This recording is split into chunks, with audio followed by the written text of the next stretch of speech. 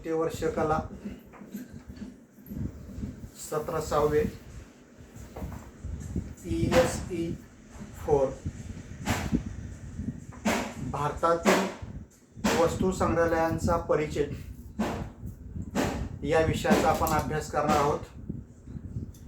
यामध्ये एकूण 3 प्रकरण असून पहिलं जे प्रकरण आहे ते म्हणजे वस्तू संग्रहालय।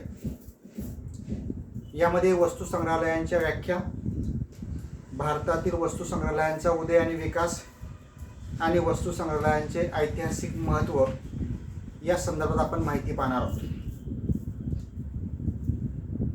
एकंदरीत नवनवीन शोध लागून समाजाची प्रगती साधणे ही काळाची गरज असते। मानवाने निसर्गाशी आणि मानव निर्मित संकटाशी सामोरे जात आपल्या प्रगतीचे टप्पे पार केलेले आहेत। रियासतकार गोस सरदेसाई यांनी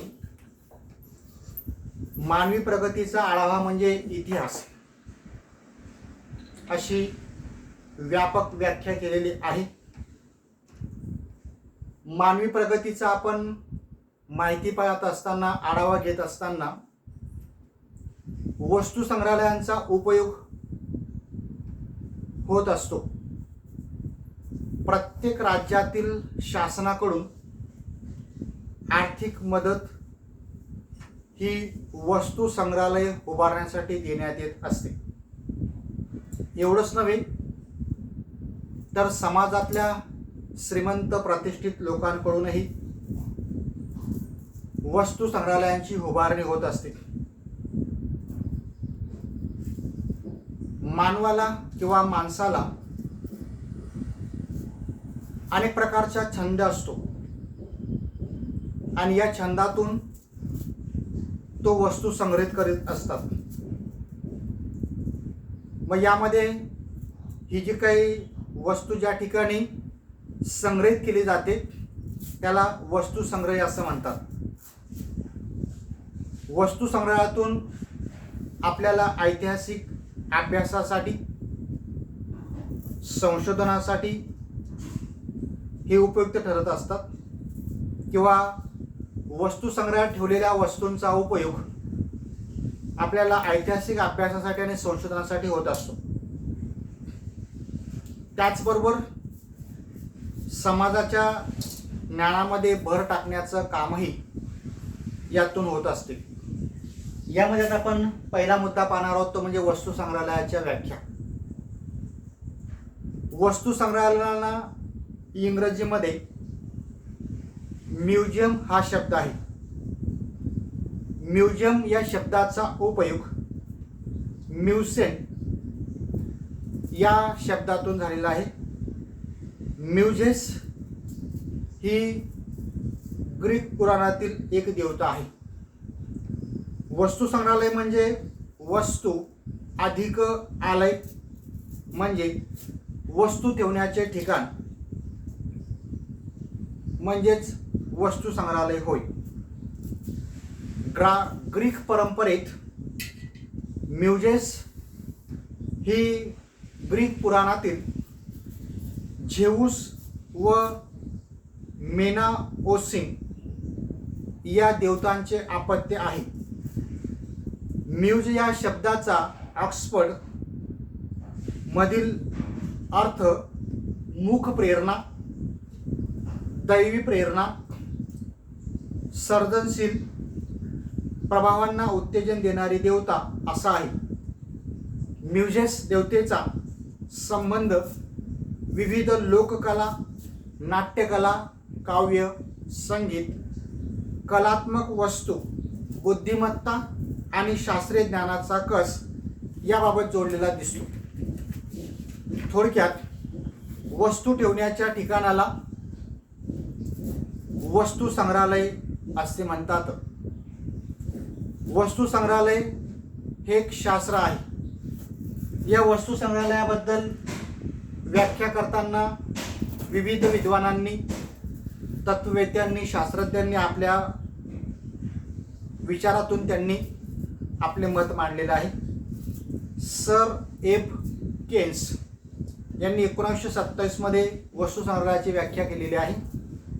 मानवी जीवनामध्ये ज्या गुणात्मक मूल्यमापनाची आवश्यकता असते त्याच्याशी संबंधित प्रदर्शित केलेले पाहून बघणाऱ्यांमध्ये सौंदर्यबोध, जिज्ञासा आणि आपल्या भूतकाळाविषयी आस्था निर्माण होते.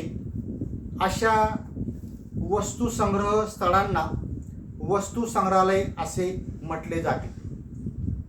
यानंतर सर एडवर्ड पी अलेक्झांडर यांनी वस्तू संग्रहाची व्याख्या केलेली आहे. वस्तू संग्रहालय ही एक जटिल संस्था आहे जिची व्याख्या करणे सोपे कार्य नाही, कारण तिची व्याख्या करण्याच्या पार्श्वभूमीमध्ये आपला दृष्टिकोन राहतो. जो व्याख्या करण्याची आवड आणि निवड ही त्यावर अवलंबून असते. यानंतर डॉक्टर जोन्स यांनी व्याख्या केलेली आहे. ज्ञान आणि जिज्ञासा निर्माण करणाऱ्या वस्तूंचे संग्रहस्थळ म्हणजे वस्तू संग्रहालय. ज्या वस्तू पाहिल्यानंतर त्या वस्तूंच्या माध्यमातून आपली जिज्ञासा निर्माण होऊन ज्ञान प्राप्त होईल अशा वस्तू ज्या ठिकाणी ठेवलेल्या असतात त्याला वस्तू संग्रहालय असं म्हणतात. यानंतर सर आशुतोष मुखर्जी यांनी 1944 मध्ये वस्तू संग्रहाची व्याख्या केलेली आहे. वस्तू संग्रहालय ही अशी एक संस्था आहे की जिच्यामध्ये वस्तूंचे संकलन करून सुरक्षित ठेवले जाते, ज्याचा उपयोग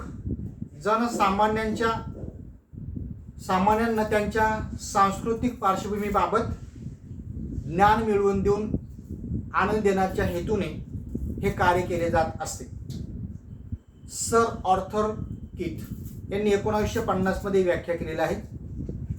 संग्रहालय हे एक असे ग्रंथालय आहे की ज्याच्या कपाटामध्ये मानवी मेंदूकडून व्यक्त झालेले विचार मुद्रित वस्तूच्या रूपामध्ये नैसर्गिक कार्याच्या मूळ स्वरूप प्रामाणिकपणे संग्रहित केले जाते.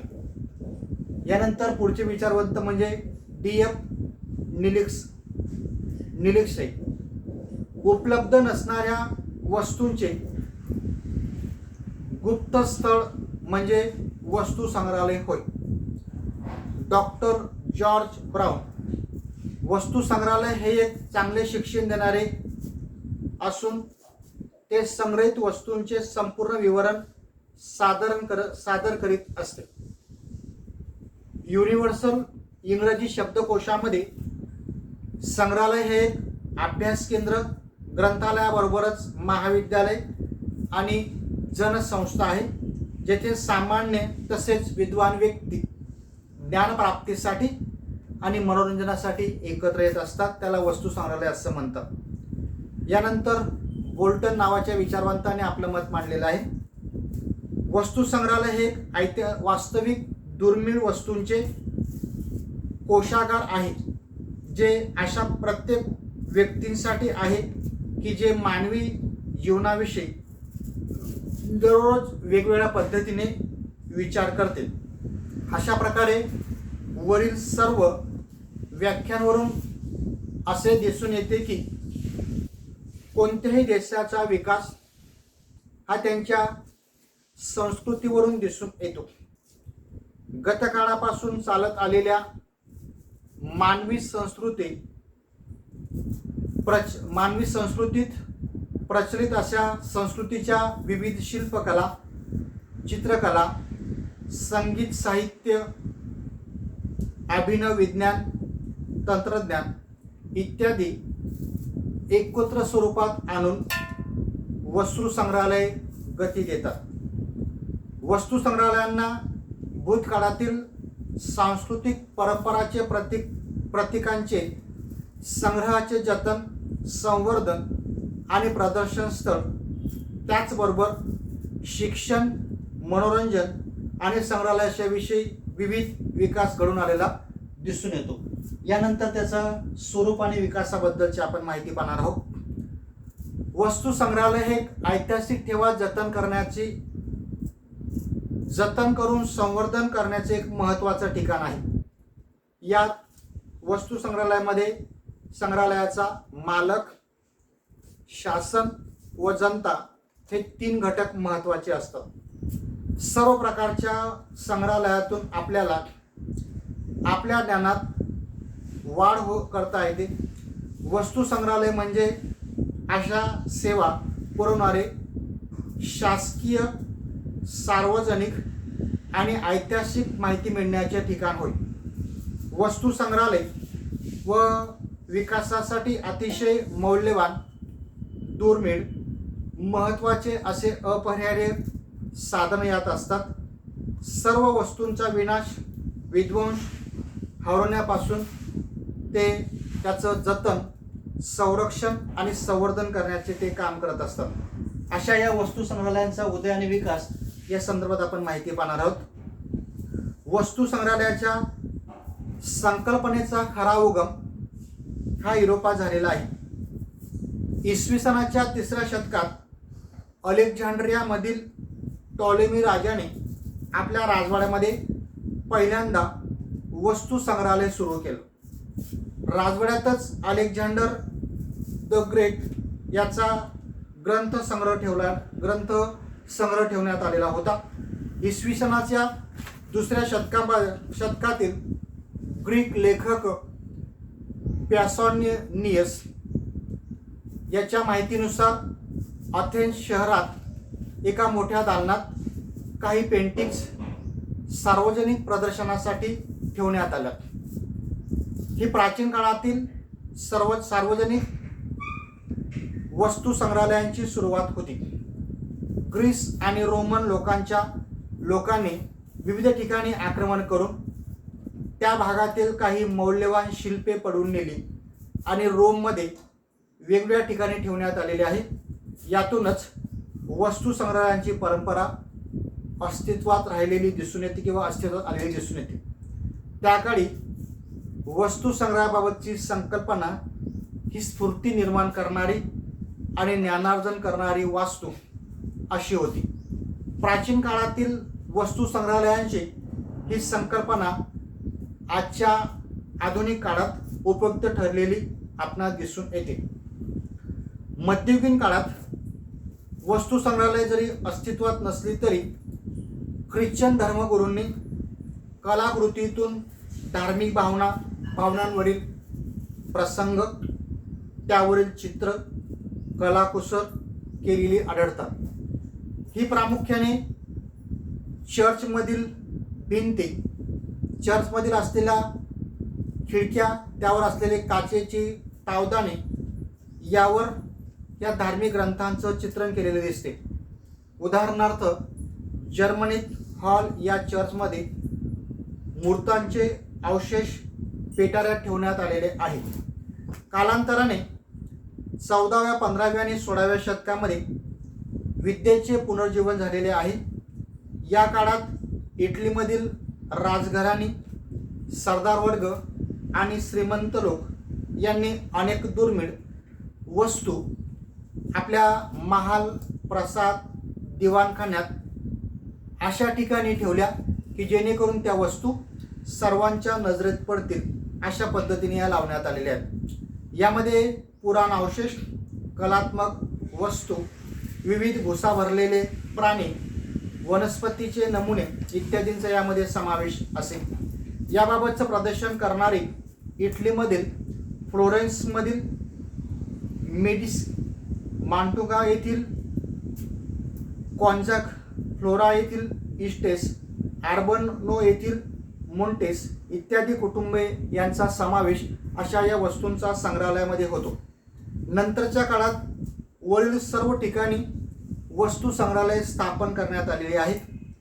याच काळामध्ये वॉशिंग्टन येथील नॅशनल गॅलरी तर न्यूयॉर्क शहरातील मॉटेलिटन म्युझियम ऑफ आर्ट ही उभारलेली दिसून येतात.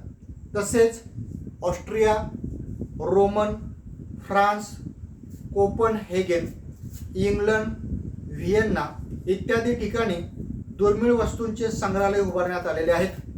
नंतरच्या काळामध्ये कला दालन आर्ट गॅलरीचा उगम झालेला दिसून येतो। इटलीमधील आर्ट गॅलरीतून नक्षीकामाच्या विविध प्रकारच्या कलात्मक वस्तू, पदके, ब्रांज धातूच्या मूर्त्या, कला वस्तू, चित्रे, व्यक्तिचित्रे इत्यादींचा समावेश या संग्रहालयामध्ये आहे।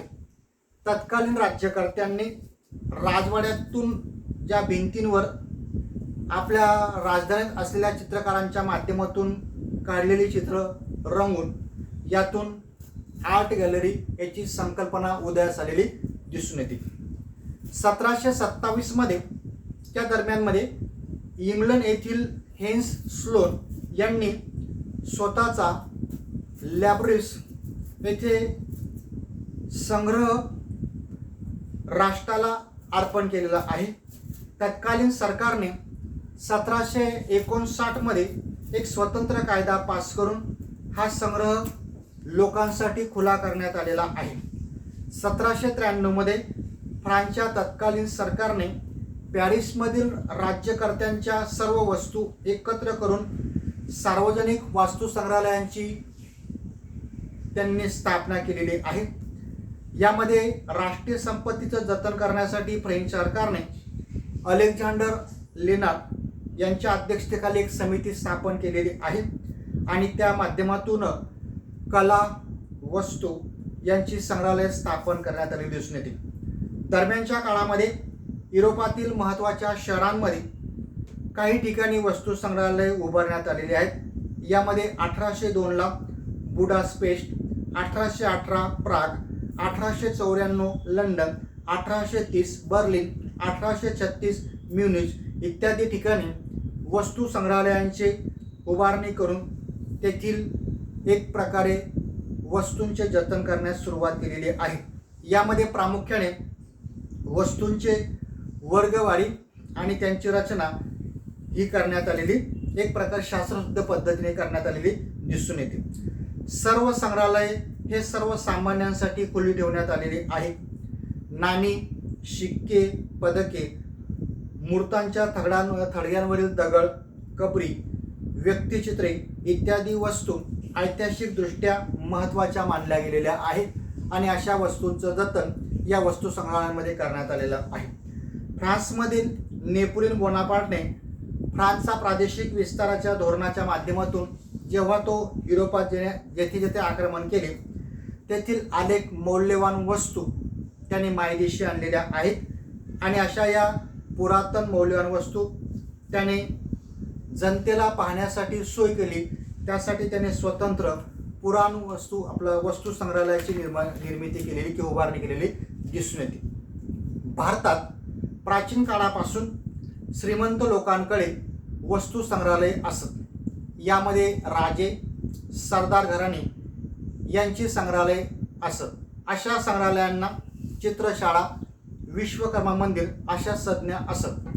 या संग्रहालयांची निर्मिती होत असताना प्रारंभी नालंदा आणि तक्षशिला या प्रसिद्ध विद्यापीठा समृद्ध असल्यामुळे येथे ग्रंथ संग्रहालय खूप मोठा होता। भारतात ब्रिटिश राजवटीच्या काळामध्ये ब्रिटिश अधिकारी सर विल्यम जोन्स यांच्या प्रयत्नांमुळे 1784 मध्ये बंगाल येथे पुरातत्वीय वस्तूंच्या अभ्यासासाठी त्याने स्वतंत्र एशियाटिक सोसायटी ऑफ बेंगाल ही संस्था स्थापन केलेली आहे। या संस्थेने 1814 मध्ये मानववंशशास्त्र, भूस्तरशास्त्र, पुरातत्वशास्त्र, वनस्पतीशास्त्र, प्राणीशास्त्र इत्यादी संबंधित अशा वस्तू संग्रहालयांची स्थापना केलेली आहे। यातूनच भारतामध्ये वस्तू संग्रहालय ही संकल्पनेचा प्रारंभ झालेला दिसून येतो। 1851 मध्ये मद्रास येथे दुसऱ्या वस्तू संग्रहालयाची निर्मिती करण्यात आलेली आहे। याच वर्षी कलकत्ता येथे व्हिक्टोरिया म्युझियम आणि अल्बर्ट म्युझियम या दोन संग्रहालयांची निर्मिती करण्यात आलेली आहे। मुंबईचे प्रिन्स ऑफ वेल्स सध्या हे छत्रपती शिवाजी महाराज वस्तू संग्रहालय या नावाने ओळखण्यात येते। गव्हर्नर जनरल लॉर्ड कर्झनच्या काळामध्ये भारतात पुराण वस्तू संशोधन खात्याचा संचालक सर जॉन मार्शल याच्या प्रयत्नांमुळे अनेक पुराण वस्तूचे प्रदर्शन मांडण्यात आले होते. 1904 मध्ये सारनाथ तर 1917 मध्ये नालंदा येथे वस्तूंचं प्रदर्शन भरवण्यात आलं होतं. जेणेकरून या वस्तू जतन करणे आणि जनतेसाठी त्या खुल्या करण्यात आलेल्या दिसून येतात. पुढे 1927 पर्यंत मोहेंजोदडो, हडप्पा आणि तक्षशिला येथेही संग्रहालय सुरू करण्यात आलेले आहे. पुण्यात लॉर्ड रे इंडस्ट्रियल म्युझियम हे नंतरच्या काळामध्ये महात्मा फुले वस्तू संग्रहालय असे याचं नामांतर करण्यात आलेलं आहे. वाराणसी, गुवाहाटी येथे वस्तू संग्रहालय हे सुरू करण्यात आलेले आहे. लॉर्ड कर्झनने केलेल्या ऑस्टन मॉन्युमेंट्स ॲक्टमुळे भारतातील दुर्मिळ वस्तूंचे किल्ल्यांच्या संरक्षणाची व्यवस्था करण्यात आलेली आहे. पुढे भारत स्वतंत्र झाल्यानंतर ही सर्व वस्तू संग्रहालय पुरातत्व विभागाकडे सोपवण्यात आलेले आहे.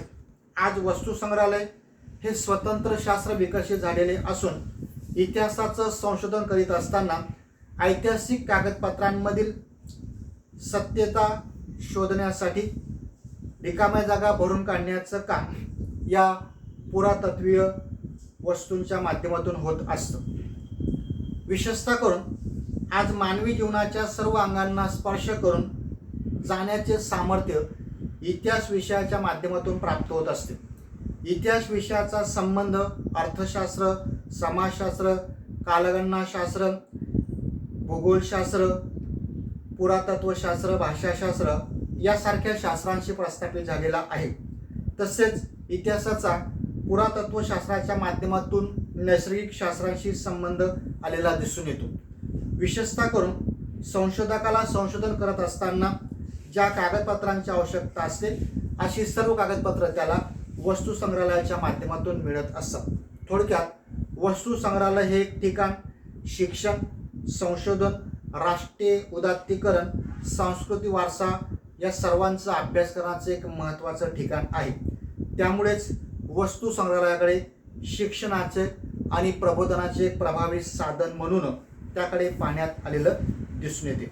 असा या वस्तू संग्रहाचं ऐतिहासिक महत्त्व पाहत असताना भारतात 19व्या शतकाच्या शेवटपर्यंत अनेक प्रकारची वस्तू एकाच ठिकाणी संग्रहालयाच्या माध्यमातून प्रदर्शित केल्या जात असत.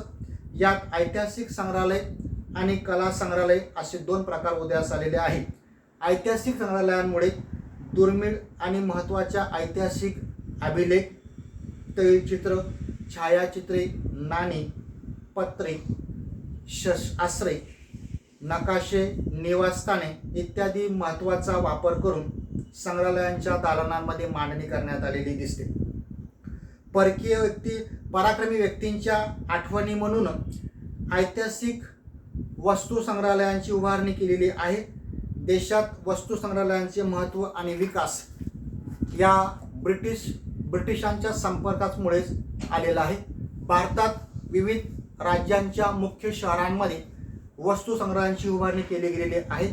यातील काही शासकीय तर काही स्वयंसेवी संघटनांनी सुरू केलेली होती.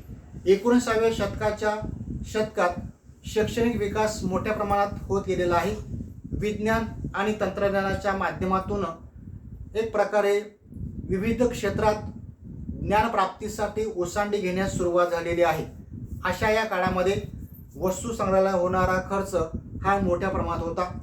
हा पैसा समाजाच्या एखाद्या घटकाच्या विकासासाठी खर्च केला पाहिजे असा एक विचार पुढे आला तर समाजाचा विकास आणि प्रगती यात अडचणी निर्माण करणाऱ्या होत्या. उलट समाजाच्या प्रगतीसाठीच वस्तू संग्रहालय कशी महत्त्वाची आहेत यासाठी प्रयत्न झालेले दिसून येतात.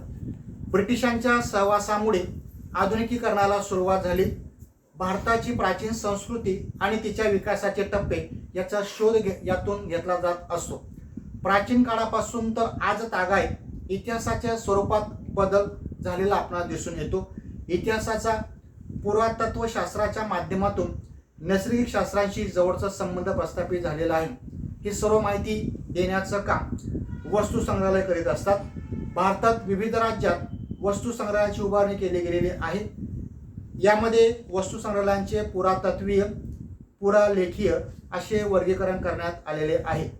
वस्तू संग्रहालय फक्त इतिहास विषयाच्या अभ्यासकांनाच उपयुक्त असतात असे नव्हे, तर इतर विषयाच्या विद्यार्थ्यांनाही, अभ्यासकांना, संशोधकांना ते मार्गदर्शक ठरत असतात.